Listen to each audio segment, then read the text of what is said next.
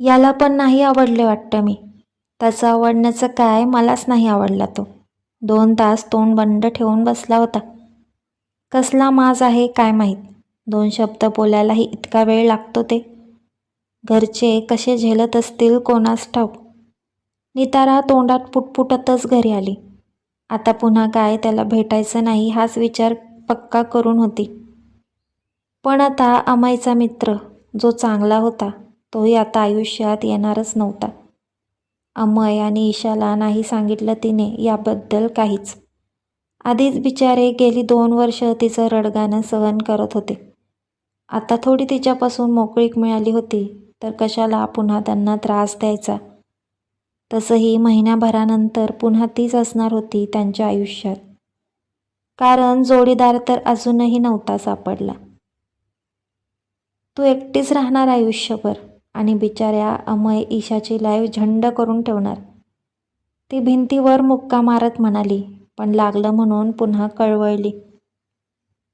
अर्णव राज्याध्यक्ष मात्र भयंकर खुश होता.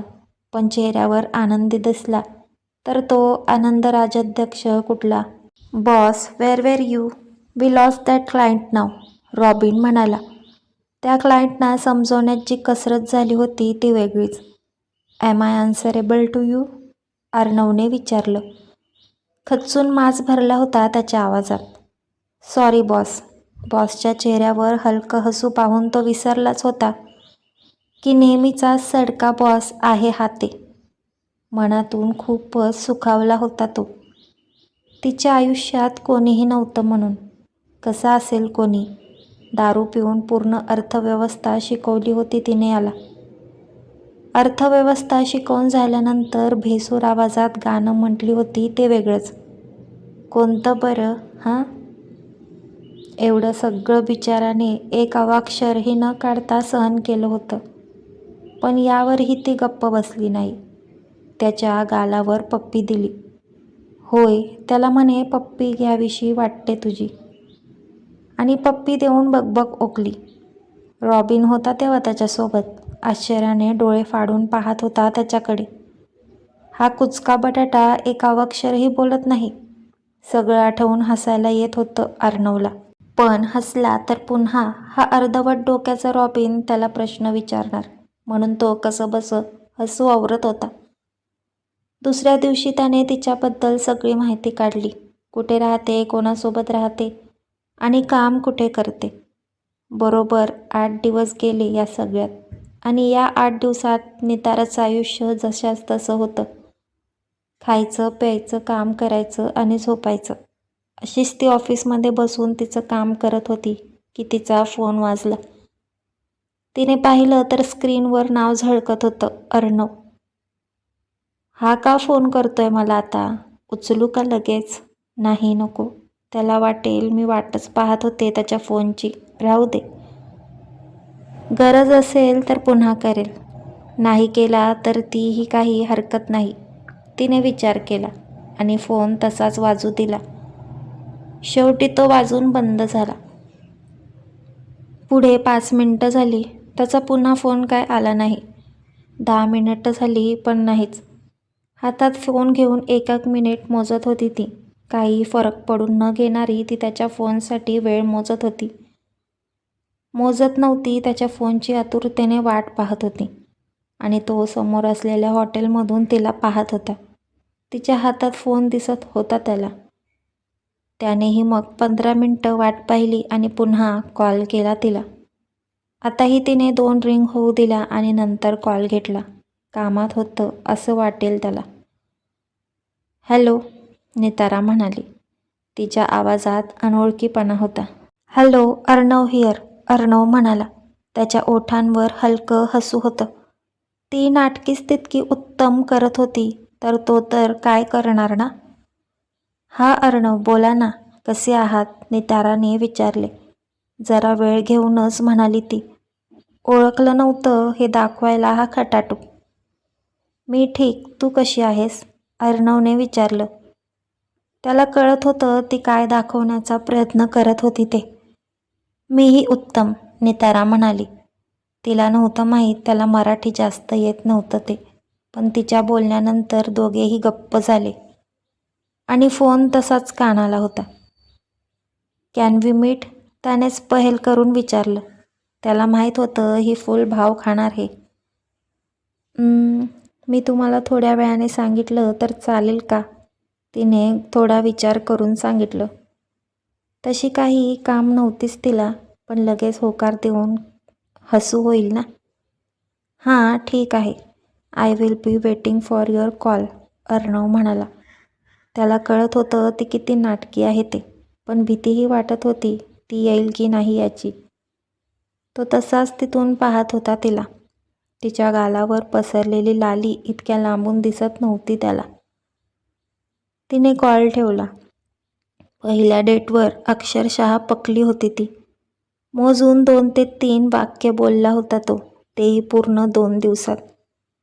पण अमईचा मित्र आहे, ओळखीतला आहे विचार करून तिने बरोबर 15 मिनिटांनी त्याला कॉल बॅक केला. माज दाखवायलाच हवा ना. हॅलो, नितारा म्हणाली. बोल, अर्णव म्हणाला. अजूनही तो त्याच ठिकाणहून तिचं निरीक्षण करत होता. किती वाजता भेटायचं आहे? निताराने विचारलं. 7 वाजता, अर्णव म्हणाला. म्हणजे 7:30 गृहीत धरू का? निताराने विचारलं. पहिल्याच भेटीला अर्धा तास उशिरा आला होता तो. नाही, ठीक 7 वाजता. अर्णवला कळलं होतं ती टोमणा मारत होती ते. चालेल, भेटूया मग. कुठे भेटायचं ते नाही सांगितलं तुम्ही, नितारा म्हणाली. आधी भेटलेलो त्याच हॉटेलला, अर्णव म्हणाला. ओके, चालेल, नितारा म्हणाली आणि फोन ठेवून दिला. आता पुन्हा भेटायचं होतं, पण यावेळी त्याला बिलकुल भाव द्यायचा नाही असं अगदी पक्क केलं होतं तिने मनात. 6ला ऑफिसवरून घरी आली आणि यावेळी अगदी साधे कपडे घातले होते तिने. बरोबर 10 मिनिटं अगोदर ती पायी चालत निघाली. घरी बसून जे करणार होती तेच आता तिथे जाऊन करायचं होतं. फरक इतकाच होता, घरी कोणीही सोबत नव्हतं आणि इथे तो असूनही सोबत नव्हता. बापरे, हा तर येऊनच थांबलाय आज. माझा टोमणा मनावर घेतलेला दिसतोय. चांगलं आहे, नितारा त्याला पाहून मनातच म्हणाली. हाय नितारा. नितारा आली तसा तो उभा राहिला आणि तिच्यासाठी खुर्ची काढून देऊन म्हणाला. हाय, नितारा म्हणाली. आता पुन्हा ती शांतता. नितारा मात्र विचार करत होती, हा रात्रीचाही का गॉगल लावून आलाय? पण तो तर गॉगलच्या आडून तिच्याकडे एकटक पाहत होता. ती मात्र इकडे तिकडे पाहत होती. अर्णव काहीच बोलत नव्हता. यावेळी अर्णवने जेवण ऑर्डर केलं होतं. नाहीतर या कंजूस निताराने आजही स्वस्तात भागवलं असतं. जेवताना तर अजूनच शांतता होती. तो खाताना चमच्याचा जरी आवाज आला तरी शपथ. आणि त्याच्यासमोर ती, जिच्या हातून आधी तर फॉर्कच खाली पडला. नंतर पाण्याचा ग्लासही उलटला, पण तो काहीच बोलला नाही. जेवण झालं तशी नितारानेच पहेल केली. आता निघायचं का? ती म्हणाली. 2 तास झाले होते पण तोही काही बोलला नव्हता आणि तीही काही बोलली नव्हती. मग उगाच कशाला थांबून राहायचं ना. मी फार काही वेळ घेणार नाही तुझा, पण एक गोष्ट बोलायची होती, अर्णव म्हणाला. हां बोला, नितारा म्हणाली. 2 तास जसं काय भरभरून बोलत होता ना. आता तुझा फार काही वेळ घेणार नाही म्हणे. मी आपलं मॅरेज रजिस्ट्रार ऑफिसमध्ये नाव नोंदवलं आहे. परवाची तारीख आहे लग्नाची. उद्याचा दिवस विचार कर. परवा बरोबर 10 वाजता मी ऑफिस बाहेर तुझी वाट पाहीन. जर होकार असेल तर ही साडी नेसून ये. नाहीतर तुझा जोपर्यंत होकार येत नाही तोपर्यंत मी त्याच ऑफिस बाहेर तुझ्या येण्याची वाट पाहीन. अर्णव पहिल्यांदा तिच्याशी इतका बोलला होता, पण त्याच्या बोलण्याचा विषयच असा होता की तिची बोलती बंद झाली होती. काय? निताराने आश्चर्यानेच विचारले. प्रेम या गोष्टीवर माझा विश्वास नाही, पण तू आयुष्यात असशील तर नक्कीच ते सुंदर होईल. प्रेम फुलवूया आणि मग लग्न करूया असं म्हणणार नाही मी. लग्न करून सुखाचा संसार नक्की करूया हे वचन देऊ शकतो, अर्णव म्हणाला. मला कळतच नाहीये काय बोलावं, नितारा म्हणाली. सरळ लग्न, तेही 2 भेटीनंतर. तुझ्याकडे उद्याचा दिवस आहे विचार करायला. परवा सकाळी 10 वाजता मी तुझी वाट पाहीन, अर्णव म्हणाला. नितारा यावर काहीच नाही म्हणाली. मी तुला तुझ्या घरी सोडतो, परवा भेटू, अर्णव म्हणाला आणि तिला त्याच्या कारच्या दिशेने घेऊन आला. तिला काहीच कळत नव्हतं, त्यामुळे ती फक्त त्याच्याकडे पाहत होती. तो डोळ्यांच्या कोपऱ्यातून तिच्याकडे पाहत होता. त्याने तर पत्ताही विचारला नव्हता तिला आणि अगदी अचूक ठिकाणी गाडी थांबवली होती. ती इतक्या मोठ्या धक्क्यात होती की यावर विचार करायलाही वेळ नव्हता. दुसऱ्या दिवशी ती ऑफिसला आली होती, पण कामात काही केल्या लक्ष लागत नव्हतं. अमय आणि ईशाला कॉल करायचा का? नाही, नको. ते अजून किती दिवस तिचं रडगाणं ऐकणार ना.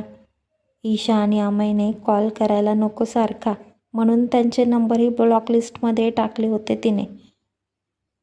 जशी जशी वेळ सरत होती तशी तशी तिच्या हृदयाची स्पंदनं काहूर माजवत होती. काय करावं काही सुचत नव्हतं. समोर त्याने दिलेली साडी दिसत होती. तो काय काम करतो हे देखील विचारलं नव्हतं तिने. छोटं मोठं काम करत असला तरी हातभार लावायची तयारी होती तिची. रात्रभर हाच विचार करत होती ती. दुसऱ्या दिवशी बरोबर 9 वाजता उठली. काय करायचं अजूनही ठरत नव्हतं तिचं. ठरलं. बरोबर 9:15 वाजता ती रजिस्ट्रार ऑफिसला पोहोचली. त्याच्याकडे तिचे डॉक्युमेंट्स आले कुठून हा विचारही आला नाही तिच्या डोक्यात. अर्णव तिची वाट पाहत बाहेरच उभा होता. त्याच्या ओठांच्या कडा हलक्या रुंदावल्या. ती त्याने दिलेली साडी नेसून आली होती. दोघांनीही जाऊन सही केली. एकमेकांच्या गळ्यात हार घातले आणि त्याने नाजूकसं मंगळसूत्र घातलं तिच्या गळ्यात. माझ्या घरून माझ्या बॅग्स घ्याव्या लागतील कपड्यांच्या, नितारा म्हणाली. तिला तर तिचं नवीन घर कुठे आहे हेही माहीत नव्हतं. चालेल, जाताना तिकडेच जाऊ, अर्णव म्हणाला. तिच्या सगळ्या बॅग्स घेऊन ते दोघे त्यांच्या घरी आले. 4 बेडरूम, 2 हॉल आणि 2 किचन असलेला प्रशस्त फ्लॅट होता त्याचा. भाडं किती असेल असा विचार आला तिच्या डोक्यात. आपला शेअर द्यायचा ठरवला तिने मनातच मग. लग्नाचा पूर्ण दिवस तर बॅग अनपॅक करण्यातच गेला. दुपारचं आणि रात्रीचं जेवण त्याने बाहेरूनच मागवलं होतं. 2 दिवस एकही शब्द बोलले नव्हते ते. आणि तिसऱ्या दिवशी तोच तिचा नवीन बॉस बनून तिच्यासमोर उभा राहिला होता. प्रीकॅप. सर, इथे तुम्ही माझे बॉस आणि मी तुमची एम्प्लॉई आहे. मी आता जाते. बाहेर त्या माझ्या कलिग्स उगाच नको ते तर्क लावत असतील, नितारा म्हणाली आणि त्याचं काहीच न ऐकून न घेता निघून जाऊ लागली. नितारा, माझं बोलणं झालं नाही आहे. अर्णवच्या आवाजातील जरब वाढली होती. सर, इथे नको. घरी जाऊन निवांत बोलू या विषयावर. निताराने कॅबिनचं दार उघडलं आणि सरळ बाहेर आली. निताराचं असं इग्नोर करणं अर्णवला मुळीच आवडलेलं दिसत नाहीये. काय करेल तो, कसा राग बाहेर काढेल, समजेल पण पुढच्या भागात.